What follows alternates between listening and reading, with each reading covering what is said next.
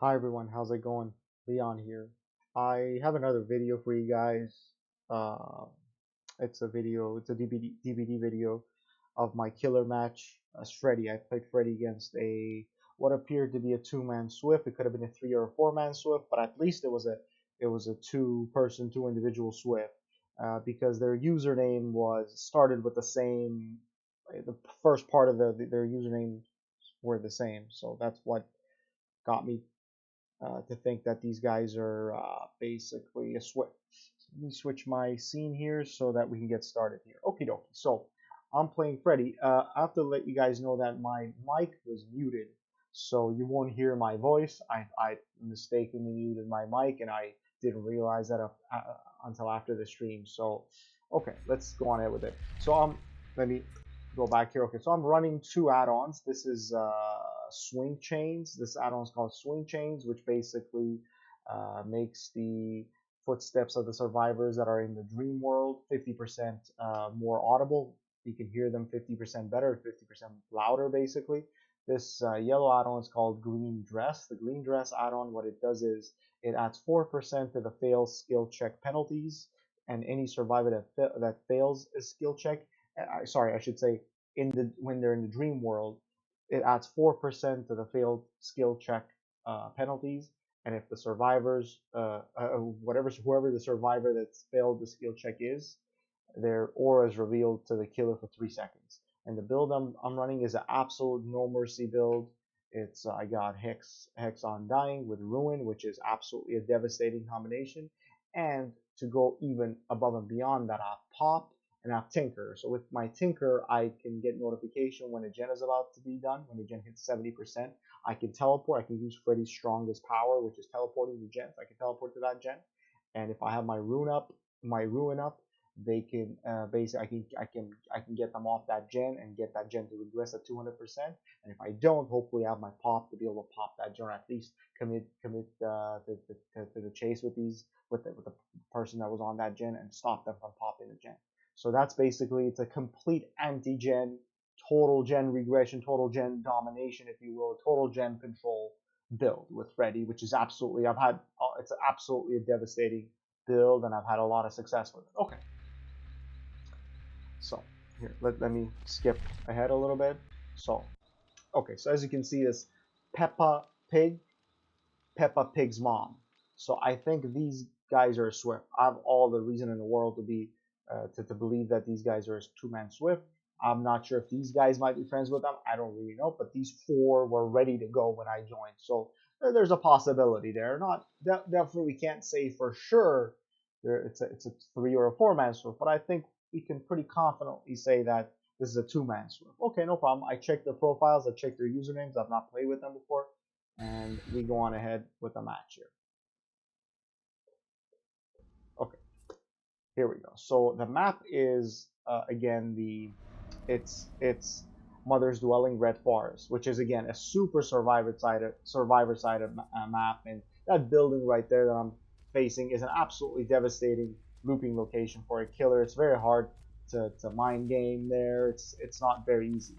Okay, so what I'm going to do is I'm just going to go to the furthest gen and towards the furthest gen and check the gens on the way there to see if I can find any survivors. That's a very, very basic method of finding survivors. I'm hearing some people running because of my add-on, so I'm trying to see if I can find them here. I didn't see anybody here yet. Maybe I thought I was hearing people. It could have been my own footsteps, but there we go. So I hear that gen. So okay, I find one survivor there. That's the Peppa Pig individual. Okay, no problem. Okay, she's there. Now let's see how this works out. Right off the bat, I realize this person really is familiar with the loops there. Okay, now she's fallen asleep. That means I can use my snares there. I'm trying to mind game. See, she's not falling for the wall. She's very good. You see, she's extremely a strong looper. She really knows how to loop, right? I have Bloodlust 1. She's very strong. So, okay, no problem. I'm still going to try to mind game. My Tinker is not popping. So if my Tinker is not popping, that means no one's doing no one is getting close to popping a gem, so I can commit to the chase. Now I've hit Bloodlust 2, so I'm going to try to see what I can do.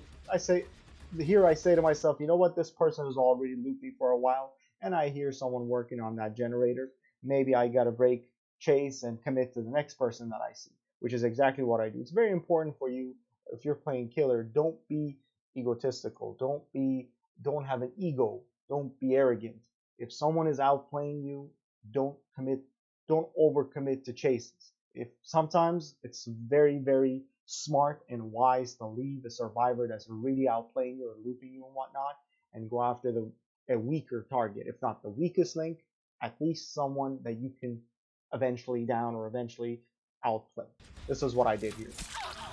I see the person here. This is the other Nui, Ghostbuster. No problem. I hit her.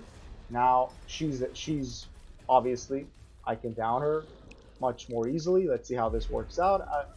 Again, I'm just trying to get rid of this pallet. It's very important to... Okay, they got rid of my Undying, but it doesn't matter. She's not coming. You see, she's strong. She's extremely strong. You see, what she did was she used her Dead Heart to come back around and get to the pallet if she pallet stunned me. And she didn't drop the pallet the first time. So these guys are strong. They're not messing around. Okay, I get my Tinker prompt here, so I teleport to the gen here. Because, again, I don't want to lose it. Again, I didn't commit too much to that gen there. Which, you see what I mean? I didn't have to commit to that gen, so I did. Okay, I see someone is here. No problem. I'm just trying to see what I can do here. Here, I don't know what happened there. I should have gotten the hit. I didn't. Okay, doesn't matter. I did what I had to do there. Sometimes you don't get the hits that you very rightfully deserve. It is what it is. Now here, I'm going to see what's going to happen. Okay, I see Yunjin. I get my hit there. Now I decide, you know what, I got to commit now. I got to commit to somebody. Because I can't just continue like this. I got her here. Because I get the down, I don't bother teleporting to the other gen there. I lost the gen up top there, which is a very key and important gen, but it doesn't matter. I got my first down, and I can work from here. No problem. So let's see how I continue here. Okay, I get my hook, no problem. I set up my snares there. I set up the snares mainly to know which one. I get the Tinkerer pop here. Now here I play a trick on these guys. I don't teleport to the gen. I pretend to. You see, she did not let go of the gen until the very last second because she knew I could be faking it. This is the same Yui that was running me at the very beginning of the match. I couldn't even get a hit on her, you see, but now I have her out positioned. So you see, I got my hit, no problem. You see it. That's why it's important to leave when a survivor is really, really strong. Leave her. You see now she's gonna vault. I see her through the stairs. She vaults back. I'm gonna go see what's going on there. I noticed the blood there, pools of blood, and I don't know what she was doing here, but she made a mistake and I capitalized on it. You see how easy it was for me to get her? But at the very beginning of the match, I had absolutely no chance for some reason. I was helpless. For whatever reason, it wasn't working out for me. She was really looping that jungle gym very well. Okay, no problem. Here I got her. And I know now she's a very strong looper. She's extremely strong. They're all strong. She's a very strong player. So I know that gen was about to be popped. So I can protect that gen. There's another gen very close to this hook. I can protect two gens at the same time and camp this hook. I'm going to see if I can capitalize on it because she's strong. If I could get her out of the game, great. You see, I noticed one person's there. So if one person is there, the other Yui is there. Two Yuis are not doing gens. One is on the hook. One is clicking their flashlight. Okay. Well, 50% of people are not doing gens, and my Tinker is not popping. All this time, my Tinker is not popping. My Tinker is not giving me a prompt. That means these guys are not doing gens. I have no reason to leave the hook. You see, I noticed the footsteps behind me, so here I turn around, and there is Yunjin. Yunjin should have committed to the unhook. She didn't. Okay, no problem. I injured her. I don't have to. Now there's three people not doing gens. The two Yuis are not doing gens. One of them is clicking her flashlight. One of them is on the hook, about to hit second hook phase or hook state or whatever you want to call it. And Yunjin I just hit. I just injured. So three people are not doing gens. Why would I leave the hook? I have no reason to leave the hook. She's about to hit second phase and no one's doing anything useful. That's to my advantage. That's absolutely my advantage. She's about to hit second.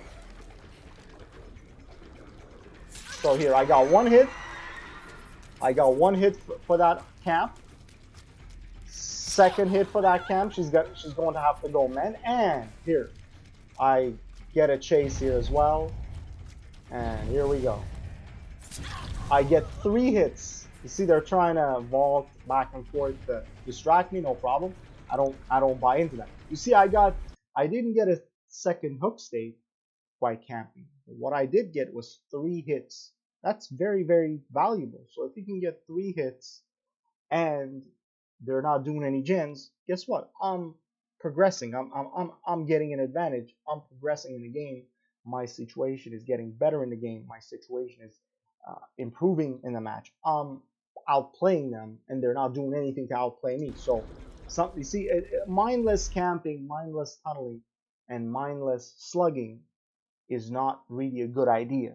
But when you do these things in a smart way, the smart camping, the smart tunneling, the smart slugging, it can very well turn the match around to your advantage, basically. So here I'm just trying to mind game her. Here I swing a little early, a little too early, no problem. I down her. Now after I hook her, I have 3 hooks for 1 gen. So I've slowly but surely, I'm starting at least to turn a match around here. So there we go. I'm just gonna set my snares here.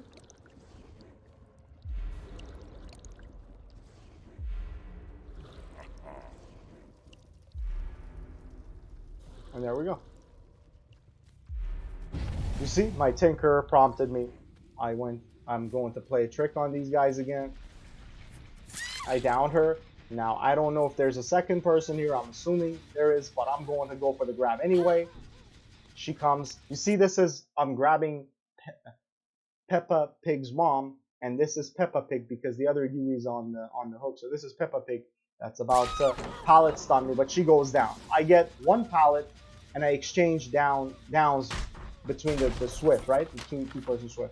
So I benefited there. And another thing is that because these guys were so coordinated there, working on the gen, getting that pallet stun and all that, I'm pretty sure they're a SWF. So you see 2 guys are there. I don't know where the 3rd person is. There's a 3rd person, you see? So there's all 3 people are here not working on generators. I don't have any reason to not camp. Now here's a smart idea for me to camp. So I'm just gonna go see what's going on there. Yeah, and sure enough, she's trying to go for the unhook, but she doesn't. Okay, I can camp here again, no problem.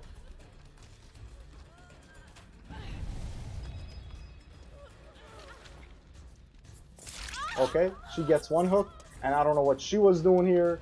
The Nancy, I don't know what Nancy was doing, but I got Nancy as well. Now she's about to go for the flashlight save, so I see her. I get her to waste her dead hard. Okay, great, no problem. Now I'm going to pick up Nancy when it's safe. And there we go. Very easy. That's how you want to play. You don't want to give them any chances. So there we go.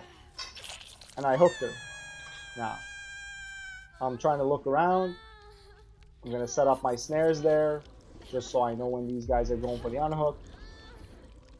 And now I'm going to see what's going on, and she's there waiting for me, sure enough. Okay, no problem. I'm going to try to mind game her now. Now I play this a little differently. I triple vault.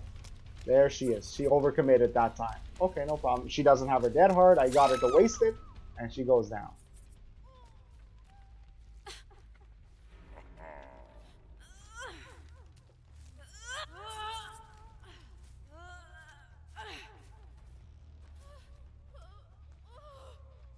And there we go. She's dead. That's it. Very easy. That's it. I've gotten 1 person out of the match, and they've only done 1 gen, and my ruin is still up. Here, I don't even have to try too hard to play. I'm just setting my snares. I'm just gonna get my hit. I'm just gonna do what I gotta do here. I can go chase Yunjin, but I want to get rid of this pallet, so I'm just gonna go. I get my hit. Nice. She's teabagging. Okay, no problem. They're losing, right? They're trying to tilt me. They were trying to tilt me by flashlight clicking. Now she's teabagging constantly, trying to get me to get tilted. No problem. I'm just gonna play the game. I don't even need to mind game this, honestly. I don't know why I was trying to mind game this. I should have just broken the pallet there.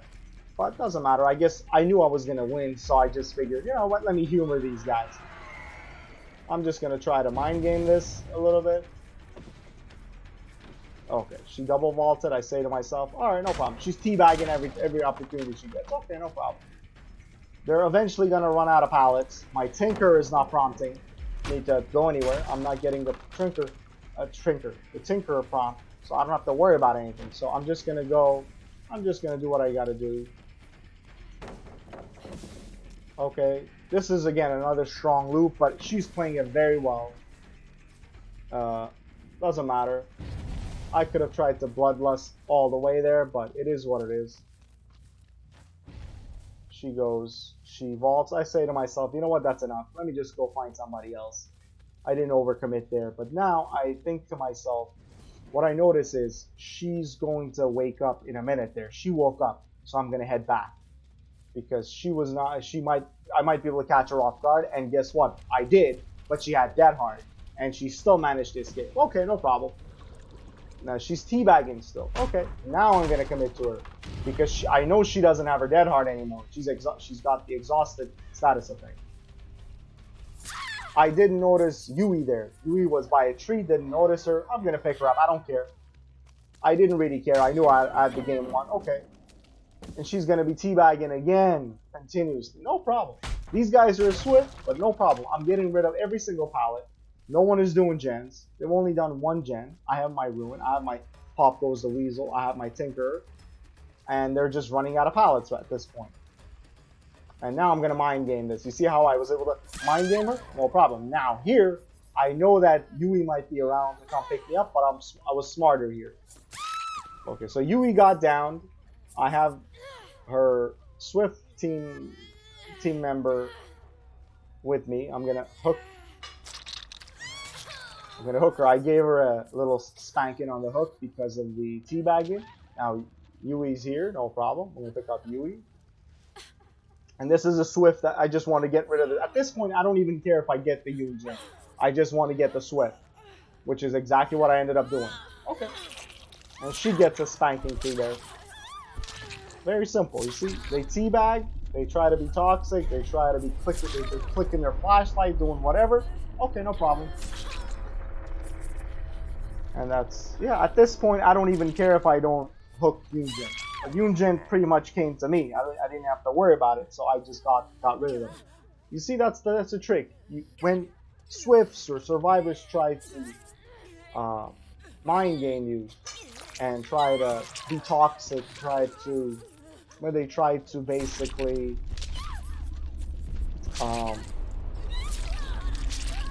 get you tilted, you just have to stay calm and work with what you have and take what the position, what the circumstances give you. All they did was that one gen up top there. That's it. That's all they did this entire match. And this was a super survivor sided map too. Super survivor sided. And I'm not even, and I got a merciless, I just want to show you. I got a merciless kill there. Merciless killer achievement. That means I got 2 pips. I 2-pipped. So I got a perfect score pretty much. And what's important here is that basically I remained calm. I didn't panic. I just did what I had to do and I won. I didn't even play that good, to be honest with you. I just played smart. And I'm a survivor main. I'm not even a killer main. So killer is really like I just play it just to branch out and just play something different other than basically survivor. But I really enjoy survivor. It's a lot more. It's a lot less stressful. It's a lot more chill. It's a lot more relaxed, and I love playing with my friends and stuff like that. But sometimes I play chill.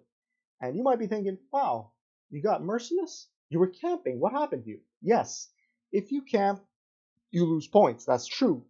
But when there are people around the hook and you are there and the chase gets initiated with them because they're right there and you move towards them, even if you're not really chasing them, that counts as a chase once the chase music starts playing, you're in a chase. It doesn't count as proxy camping or being in the proximity of the hook anymore because you're already in a chase with somebody else. So what that means is I'm not going to lose any points. Thanks to these survivors, they were just around the hook. They were not going for the unhook. They were really hesitating when it came to the unhooking. So I didn't have any reason to move. They sort of like threw the game. They gave me the win basically. I didn't even have to really work that hard for it.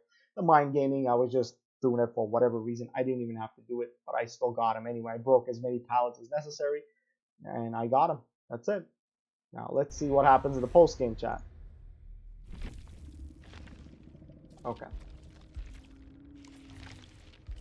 You see, I got 30,000. I got 30,000 points. The best they did was 20,000. That's it. Everyone else was 16 and under. I have Adrenaline, Dead Hard, Borrowed Time, and Iron Will. That's a super solid build.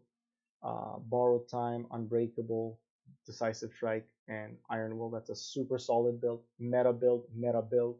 She was only running Dead Hard and Breakout, I believe this is. Breakout, yeah. So she wasn't really running a meta build. I think she was the only person that was not running meta build. She was the other Yui, the first Yui that I killed off the match there.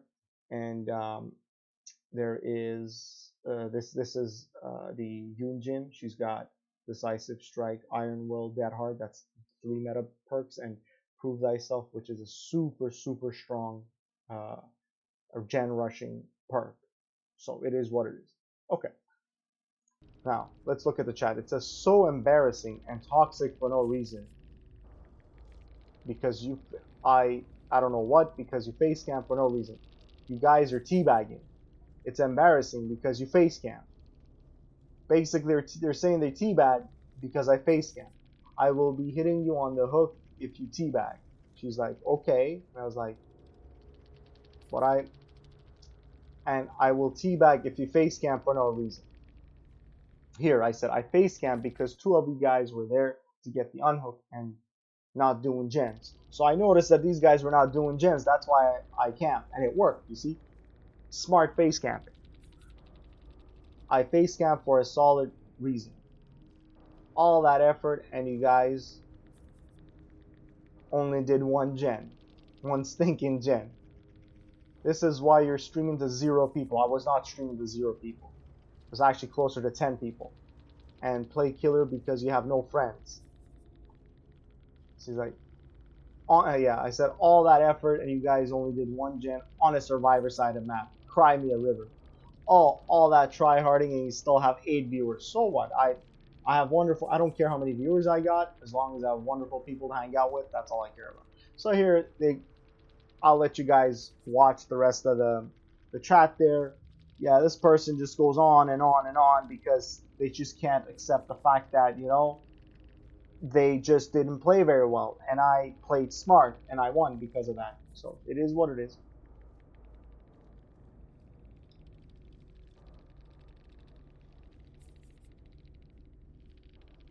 This is the Nancy, by the way. So this is the Nancy that's basically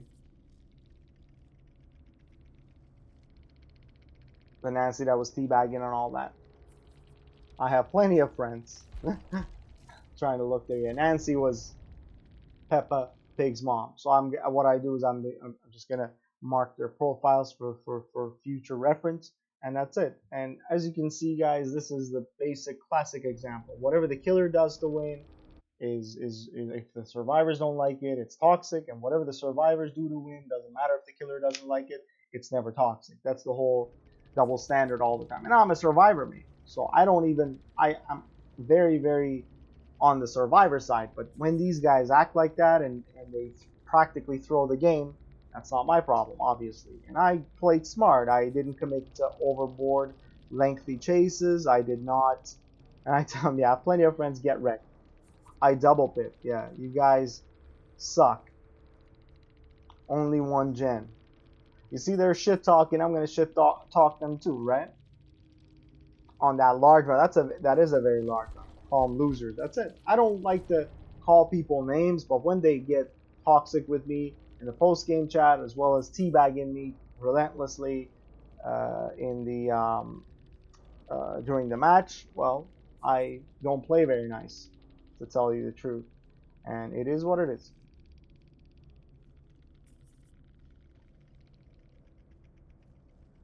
I was just checking their perks there on stream. Okay, well that's what it is. I don't think I said anything else there. Yeah, so that'll have to do it for the video, guys. Let me change my scene back to the yeah. So basically, that's basically what I want to tell you guys. It's very important if you're playing killer.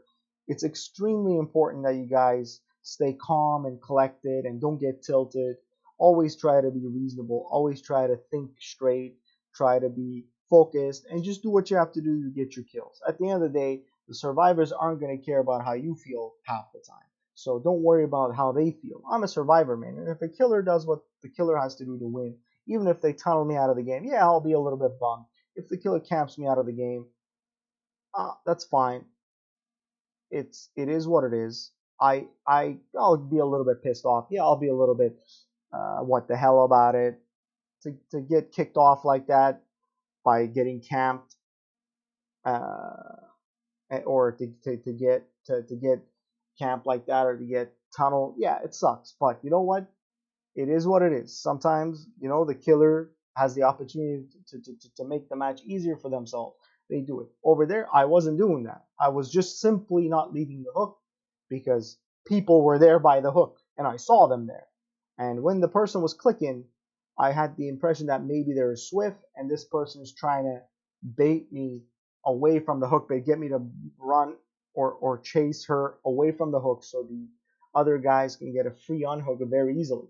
That's what my instinct told me. So I decided not to commit to that chase. And guess what happened? I got 3 hits by camping.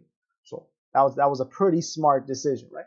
So that's basically what I want to tell you guys. So you shouldn't have an ego if you're playing killer. Sometimes some loops, some survivors can play that can loop you. Depending on what kind of a specific loop we're talking about, maybe that's their specialty. You never know. But as you see, I let go of I let the survivors that were very strong go, and I chased the outpositioned or weaker survivors. And you know what? That's what you have to do sometimes. And I didn't even touch Yoon Jin most of the match. I just hit her, but I never downed her until the very end when she got one hook. So that's another smart decision. If you see one survivor is either very stealthy or not very easy to catch, doesn't commit to the unhook, she's not willing to go down for her teammates, okay, no problem. Whoever goes down goes down. That one survivor at the end of the match, if they go down the one time and they get a one hook, there's nobody else to come save them. So that would be the smarter way to get them out of the match, kick them off, basically kick them out of the match, or kick them out of the match, or get them out of the match, or get your kill that way. So that's what I had to do. And always remember that, oh yeah, you're camping, it's toxic. Well, I'm camping. Why don't you guys do gens if the killer's camping, right? They were not doing gens. My tinker was not popping. I have no reason to go anywhere. Freddy is able to teleport to any generator at a moment's notice, but my tinker never popped when I was camping there. And that's it. If my tinker doesn't pop, I have nowhere to go, right? So that's again, that I was playing according to my build as well. I was playing it. My build was great for generators, so I was basically protecting my generators. And when I was camping there were 2 generators right there that I could have very easily protected. One of them had a lot of progress on it. So if I left that hook, they would have gotten the unhook. Let's say I chased the survivor all the way to the opposite end of the map. They could have gotten the unhook, healed, and tried to pop that partially completed gen. You see, that would have made the game very different. But I didn't let them do it, and obviously I'm in the wrong. Anytime the survivors don't get their way, it's the killer's fault, and we all know that story. Okay, guys, so that's going to do it for the video. Thank you so much for watching, and I'll catch you guys later. My Twitch information is down below. Definitely make sure and come check out my streams if you want to see more DVD or Resident Evil Survivor horror style content. Thank you so much, and I'll catch you guys later. Take care. Bye-bye.